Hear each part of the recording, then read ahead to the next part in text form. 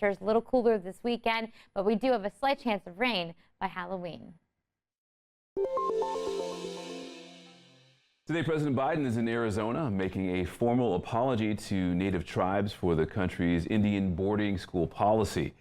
A recent federal investigation found at least 18,000 children were taken from their parents and forced to attend boarding schools that aim to assimilate them into white society. The president said the apology is something he should have done a long time ago.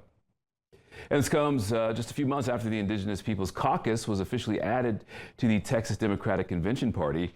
Our Blessing Uchukwu spoke to the leader of the group, who says it's about time.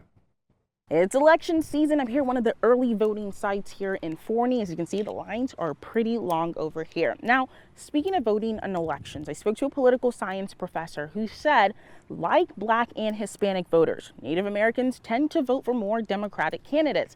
But as of 2016 and 2020, there was a shift towards the right. I'm starting something, so I'm a little busy now. It has been quite the start to the senior year for Rogerio Mojerio. Groceries. He's a longtime student at the University of Texas in Arlington. Donating a cake. The 27-year-old is not only juggling finishing up his college career, he's leading the newest caucus added to the Texas Democratic Party this summer. Indigenous Peoples Caucus. So I'm making the shirts today so we're more official when we go and talk to the community. The group has been around since 2018, but was officially recognized by the Texas Democrats this summer after an amendment change. Before the change, groups had to meet at 3 state conventions, which happen every 2 years, to officially become a caucus. Found it meaningful to not only create a caucus now, but ensuring that moving forward, all Democrats that run in the state of Texas are acknowledging our Native, Indigenous voters, their voice, their needs, and most importantly, legislating for them too. He says about 20 to 30 people attend the monthly meetings, along with hundreds on their contact list. The indigenous population in Texas has the state ranked 5th in the U.S., according to 2023 U.S. Census data. We are an umbrella coalition party. Kendall Scudder, the vice chair for finance for the Texas Democratic Party, told Spectrum News their party has many caucuses aimed at improving the diversity of state party leadership. Meanwhile, Texas Republicans say really are not any Native Americans around in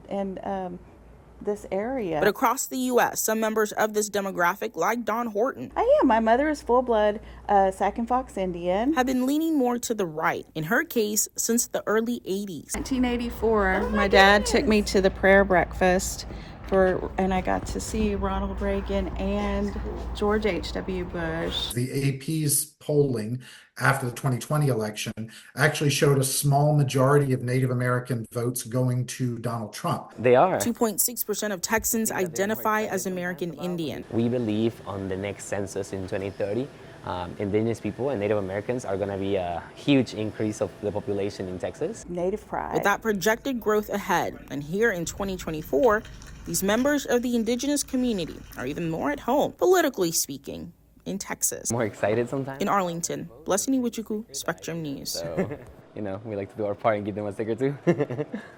Yeah. So this year, Pride Party not only got an Indigenous Peoples Caucus, but